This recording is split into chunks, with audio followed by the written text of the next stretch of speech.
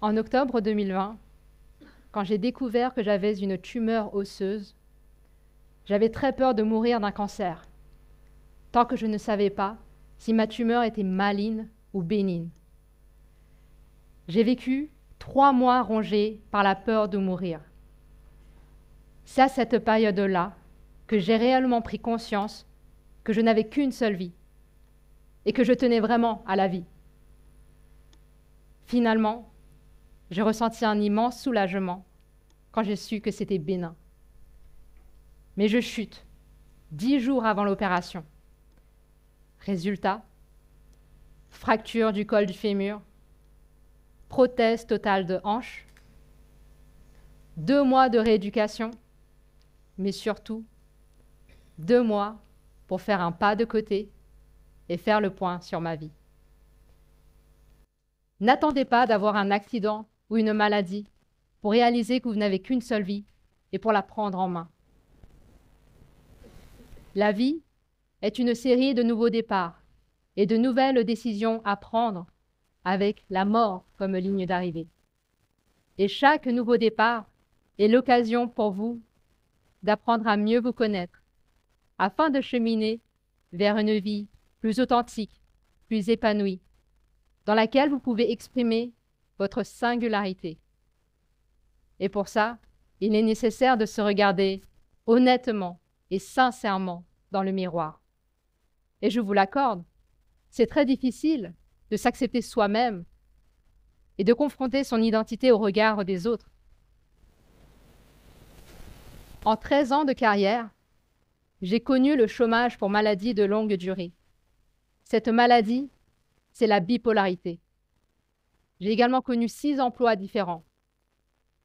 J'ai été consultante en système d'information, Project Management Officer, chef de produit de passeport biométrique à Hong Kong pour réaliser mon rêve chinois, process designer et maintenant slasheuse, à la fois business analyst et autrice de livres pour enfants. Aujourd'hui, je suis vraiment heureuse d'avoir personnalisé une vie équilibrée avec des activités complémentaires qui me nourrissent différemment. Mais surtout, je suis passée d'une personne résignée, qui ne se connaissait pas vraiment, qui avait terriblement peur du jugement des autres et qui donc se suradaptait en portant des masques, à une personne lumineuse et audacieuse, qui s'assume pleinement en tant que femme et mère lesbienne d'origine chinoise. Mais cette métamorphose ne s'est pas faite du jour au lendemain. Il m'a fallu 10 ans pour apprendre à mieux me connaître, savoir ce qui me convenait, ce qui ne me convenait pas, et arrêter de poursuivre des rêves qui n'étaient pas les miens. Il m'a fallu 10 ans pour me reconnecter à ma partie créative, qui me faisait tellement vibrer, mais que j'ai laissé tellement longtemps étouffer. 10 ans pour me réapproprier ma vie, afin qu'elle soit plus en ligne avec mes aspirations profondes, mes valeurs et qui je suis. Il m'a fallu également beaucoup de courage pour sortir de la prison du jugement des autres et laisser tomber ces masques qui devenaient trop lourds à porter. Mais c'était vraiment vital et libérateur pour moi d'être réellement qui je suis, pour arrêter de me faire violence, pour arrêter de souffrir en silence. Quand j'ai réalisé mon coming out au sein de mon entreprise actuelle, j'ai senti comme un poids énorme qui se volatilisait de mon corps. Je pouvais enfin parler de ma vie privée, de mes week-ends à mes collègues, sans mentir. Et je peux vous le garantir, on est beaucoup plus performant et mieux dans sa peau quand on peut réellement être soi-même au travail, mais également dans la vie de tous les jours, tout simplement. Et ce soir, j'aimerais vous donner quelques clés pour que vous aussi, vous puissiez cheminer vers une vie plus authentique, plus épanouie et qui vous ressemble. Parce que l'objectif d'une vie n'est-il pas de se réaliser et d'être heureux? Tout d'abord, j'aimerais vous conseiller d'apprendre à mieux vous connaître, parce que c'est en vous connaissant davantage que vous pourrez prendre de meilleures décisions pour votre prochain départ. Vous seul pouvez et devez réaliser ce travail d'introspection, même si c'est très difficile, parce que nous vivons dans une société de la distraction, de l'ultra-connexion, qui nous empêche de nous accorder ce temps de la réflexion. À présent, j'aimerais vous proposer un petit exercice. Je vais vous poser quelques questions et j'aimerais que vous y répondiez en fermant les yeux. Et si vous n'avez pas les réponses directement dans vos têtes maintenant, je vous invite à réaliser cet exercice après la conférence. Vous pouvez maintenant fermer les yeux. Quels sont vos rêves ?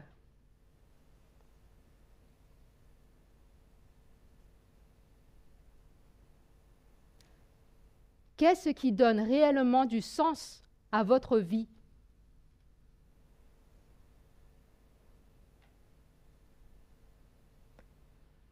Qu'est-ce qui vous procure de la joie ?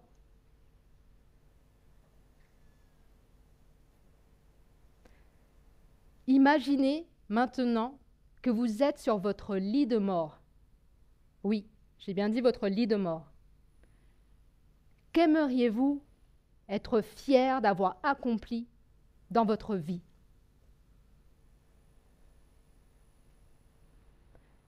Vous pouvez rouvrir les yeux et je vous remercie d'avoir participé à cet exercice.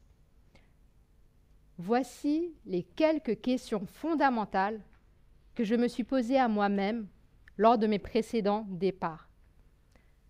Prenez le temps d'apprendre à vous connaître, parce que vous seul pouvez devenir l'artiste de votre vie. Vous seul pouvez réaliser vos rêves.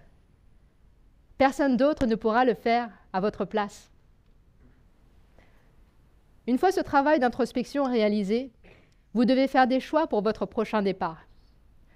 Choisir pour soi, pour sa propre vie, ça peut être très angoissant.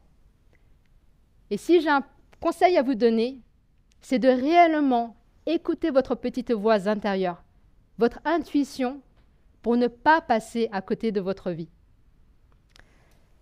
Petite, j'adorais créer des choses avec mes mains. Et au collège, j'avais un rêve. Je voulais devenir designer pour IKEA. Et oui, l'un de mes livres préférés, c'était le catalogue IKEA. J'aimais beaucoup les cours d'art plastique. Je pouvais passer des heures et des heures à réaliser une bande dessinée ou un parchemin médiéval ou tout autre projet créatif. Et mon professeur d'art trouvait que j'avais du talent, suffisamment de talent pour m'inviter à plusieurs reprises à poursuivre les arts plastiques au lycée. Mais je ne l'ai pas écouté. Je me suis auto-censurée parce que je savais qu'il était très difficile de se faire une place en tant que designer ou de vivre de son art tout simplement. Alors j'ai préféré choisir les voies qui me fermaient le moins de portes, faire des choix rationnels et sécurisants avant tout. J'ai vraiment fait tout comme il fallait. Bac S avec mention bien, classe prépa, école de commerce, cabinet de conseil. J'avais réussi à devenir une transfuge de classe avec mon emploi de cadre. J'avais réussi à obtenir une certaine reconnaissance sociale en tant qu'enfant d'immigrés.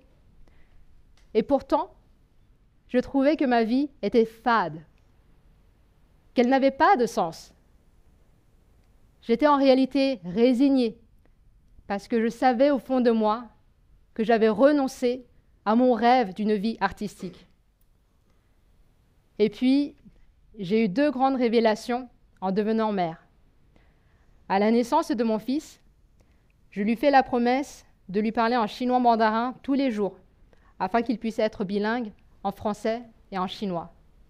Et mon premier déclic a été de trouver qu'il y avait très peu de livres écrits en français et en chinois. C'est vraiment comme ça que je me suis lancée dans la publication de mes premiers imagiers bilingues. Et puis à 3 ans, mon fils dit à ma femme et à moi « De maman, c'est trop, Je veux qu'une seule maman et un papa. Cette phrase, prononcée par mon enfant que j'ai tant désiré, je l'ai reçue comme un gros coup de poing sur la figure. Mon fils exprimait simplement son besoin de se conformer à la norme dominante, hétéronormée. Et grâce à lui, grâce à ce cadeau caché, j'ai pris conscience que ma famille arc-en-ciel n'était pas assez représentée dans la littérature jeunesse. Et en même temps, je voulais que mon fils ait un héros qui lui ressemble, auquel il pouvait s'identifier pour mieux grandir. C'est vraiment comme ça, avec ces deux déclics, qu'en tant que business analyst, je me suis lancée dans l'écriture de livres pour enfants. C'était pour moi une très belle occasion de me retrouver, de renouer avec ma passion pour les arts plastiques, mais sous une autre forme. À présent, vous pouvez vous demander, mais comment passe-t-on d'un emploi en informatique à l'écriture de livres pour enfants? Partir d'une idée, d'une simple feuille blanche, et aboutir à un produit fini tel qu'un livre jeunesse, c'est une incroyable aventure créative qui peut rebuter beaucoup de monde. Et pourtant, j'ai osé le faire parce que les enjeux étaient faibles. Je n'avais rien à prouver à quiconque en tant qu'autrice inconnue. Je n'avais aucune pression. Mais mon engagement était très fort. Je voulais écrire pour transmettre ma langue de cœur à mon fils et pour représenter ma famille arc-en-ciel. Je savais également que je pouvais développer mon capital identitaire, développer de nouvelles compétences profondes grâce à cette nouvelle activité. C'est vraiment avec cet état d'esprit positif, d'apprenante, que je me suis lancée dans l'écriture. Bien sûr, j'ai eu des moments de doute pendant le processus créatif et le syndrome de l'imposteur a pointé le bout de son nez de temps en temps. Mais je savais que la pire des choses qui pouvaient m'arriver était que mes livres ne trouvent pas leur public. Et cela m'était complètement égal, parce que, comme l'a dit Elisabeth Gilbert, l'autrice du livre « Comme par magie », on écrit avant tout pour soi, pas pour les autres. Au mieux, des gens pouvaient s'intéresser à mon travail et découvrir mes livres. Ça, c'était la cerise sur le gâteau. Mais moi, je voulais que le gâteau soit déjà là. Alors, je me suis formée, j'ai fait des essais, des maquettes, j'ai fait beaucoup d'erreurs.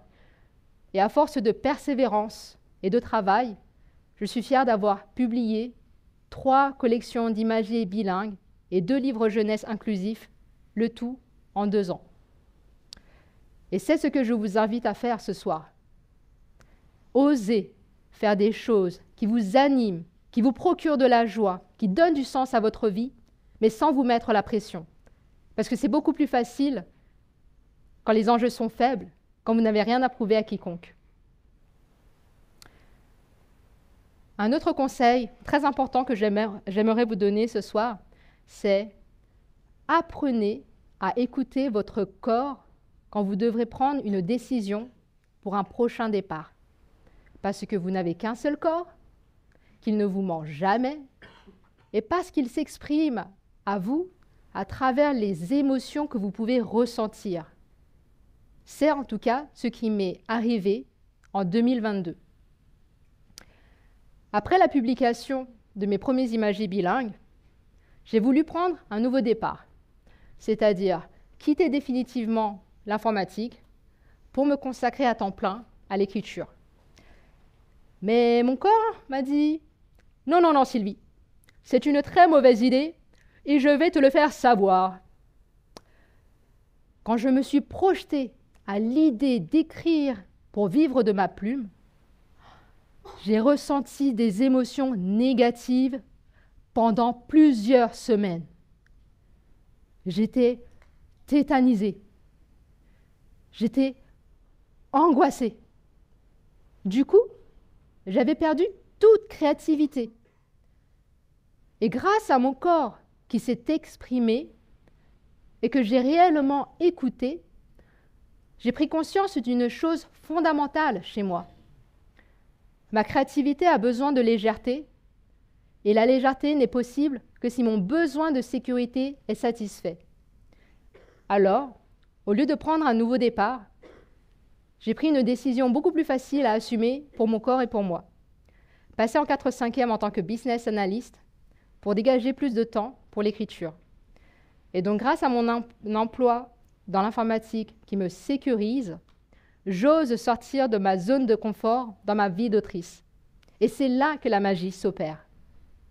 Aujourd'hui, je suis très fière et heureuse d'accompagner des parents dans la transmission de leur langue d'origine, de créer des moments de bonheur et de complicité au sein des familles et de sensibiliser des jeunes et des adultes au racisme anti-asiatique et aux LGBT-phobies. Et c'est ce que je vous invite à faire. Personnalisez votre vie avec différentes activités qui vous permettent d'exprimer votre singularité multiple tout en répondant à vos différents besoins. J'aimerais vous donner un dernier conseil pour clôturer.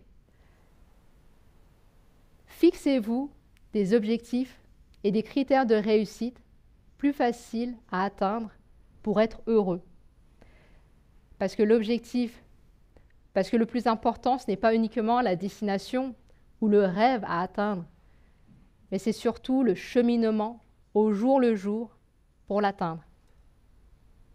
Merci beaucoup.